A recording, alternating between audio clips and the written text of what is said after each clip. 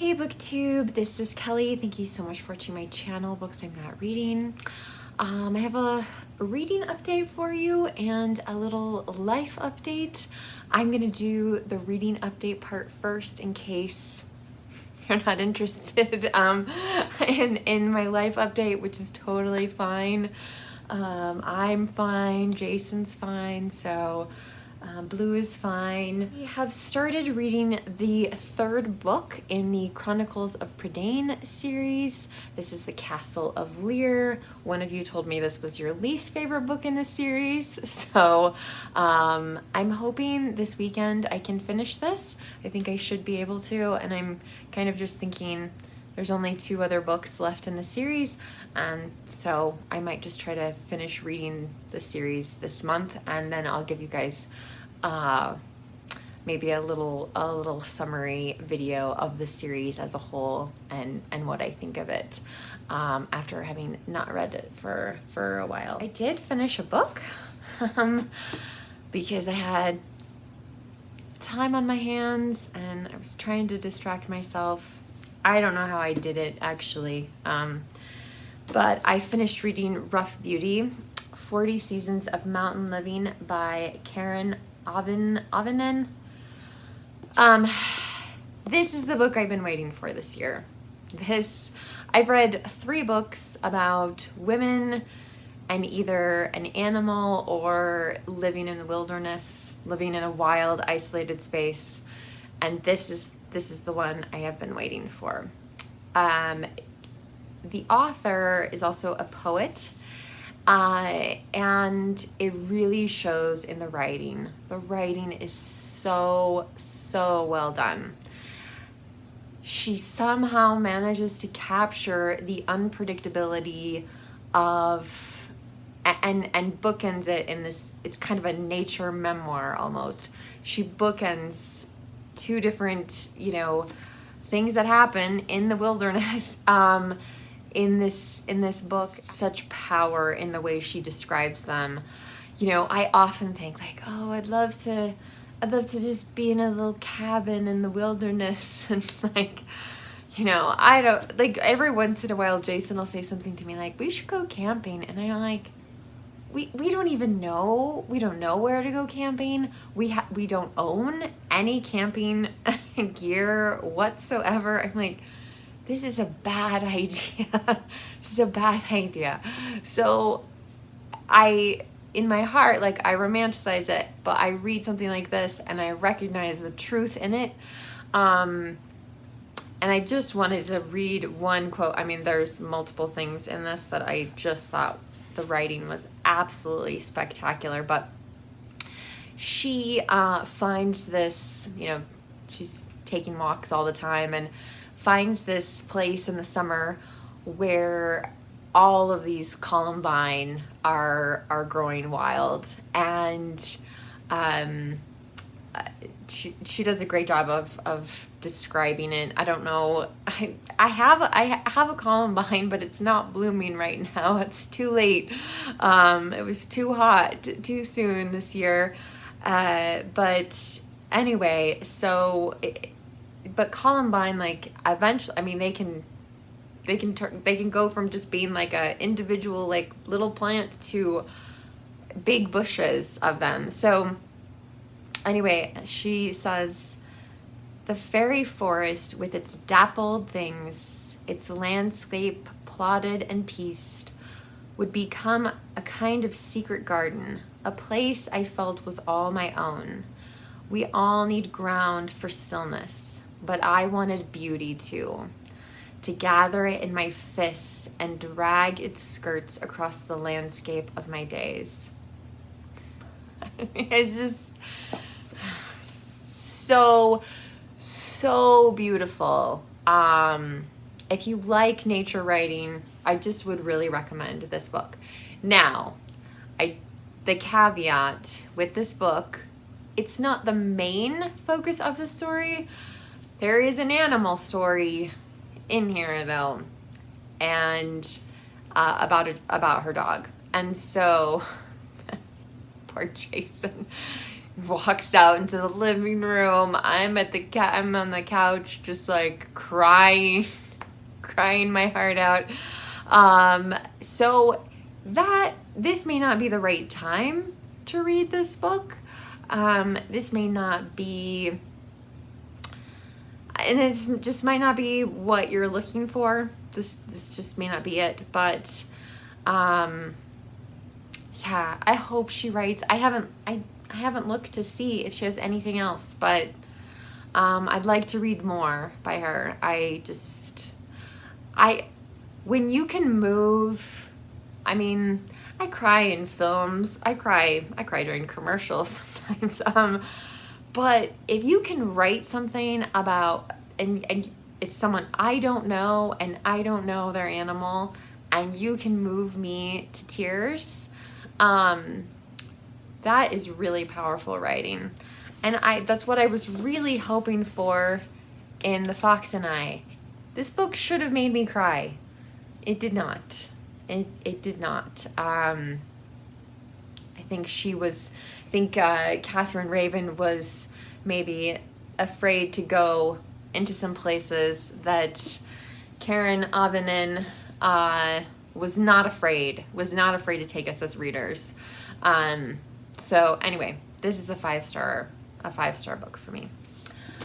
I really wanted to start Evelina by Fanny Burney for Jane Austen July. Fanny Burney was a contemporary of Jane Austen's, so this is a Regency novel, and I specifically bought it for Jane Austen July. I just don't think it's gonna happen. So which is a bummer. It's a bummer. Okay, so my little life update. I wish I could talk like Marcel the Shell. And if you don't know Marcel the Shell, maybe I'll put a little link down below. But like, he talks in this little voice, and that's how I felt this week. Like I felt like I was Play-Doh and someone was just crushing me between their hands. I felt like I was dough rolled out, with a rolling pin. Just it was an extremely difficult week.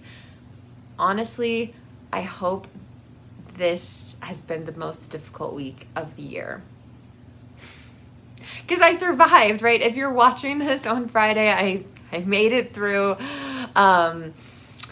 But I knew it was going to be difficult mainly because of things at work.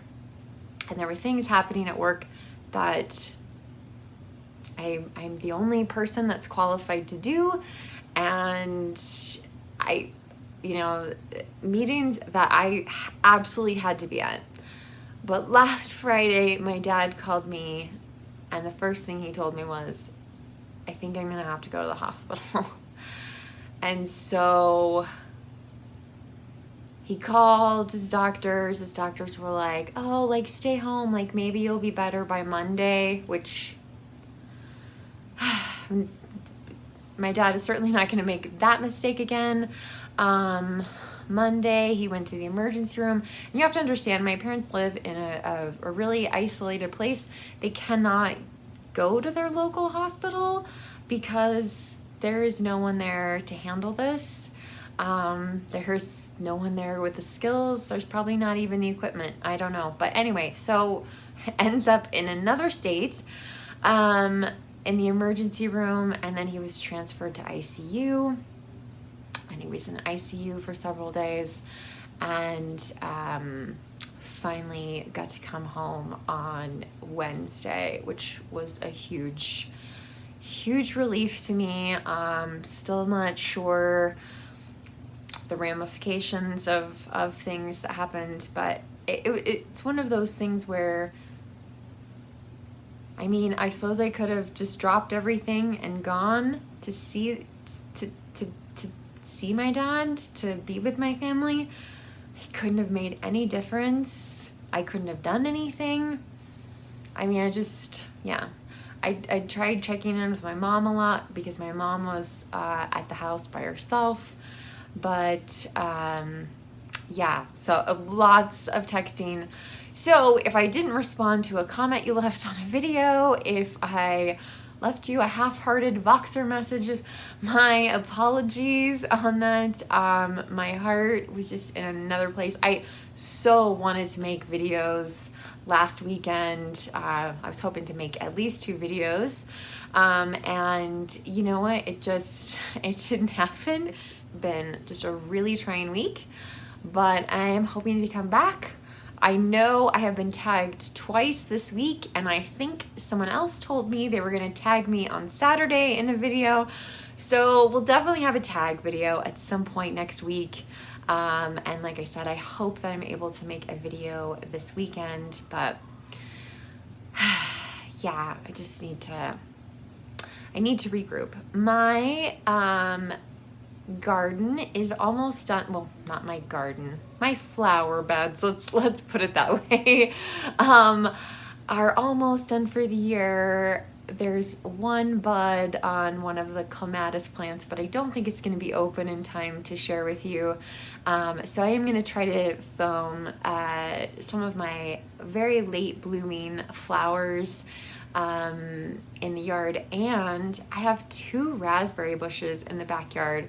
One of them is almost as tall as I am, and there are no berries on it whatsoever. The other one is much smaller, and I don't know what the birds are thinking. I can't believe I pulled off like a handful of raspberries.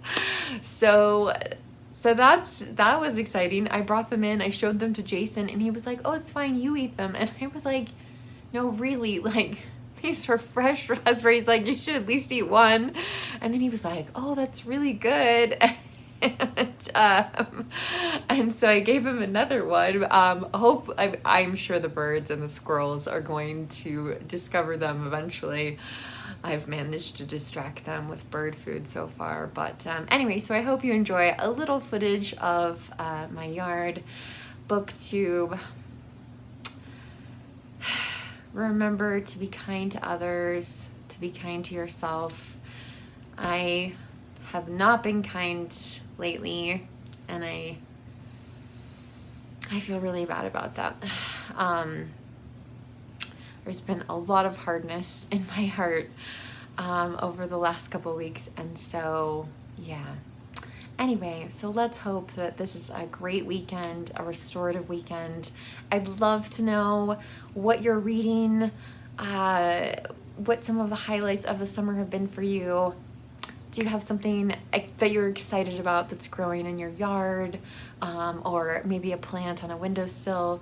So please share your thoughts with me down below in the comment section. I love hearing from you. As always, if you don't feel comfortable leaving a comment, you can leave an emoji or give this video a thumbs up, which does help, and I do appreciate it. Thanks so much, Booktube, and I'll be back soon. Bye.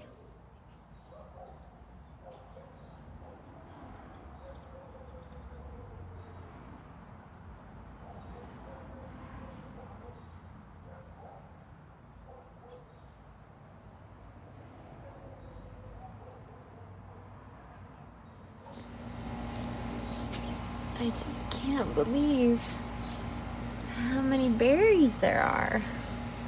Look at all this.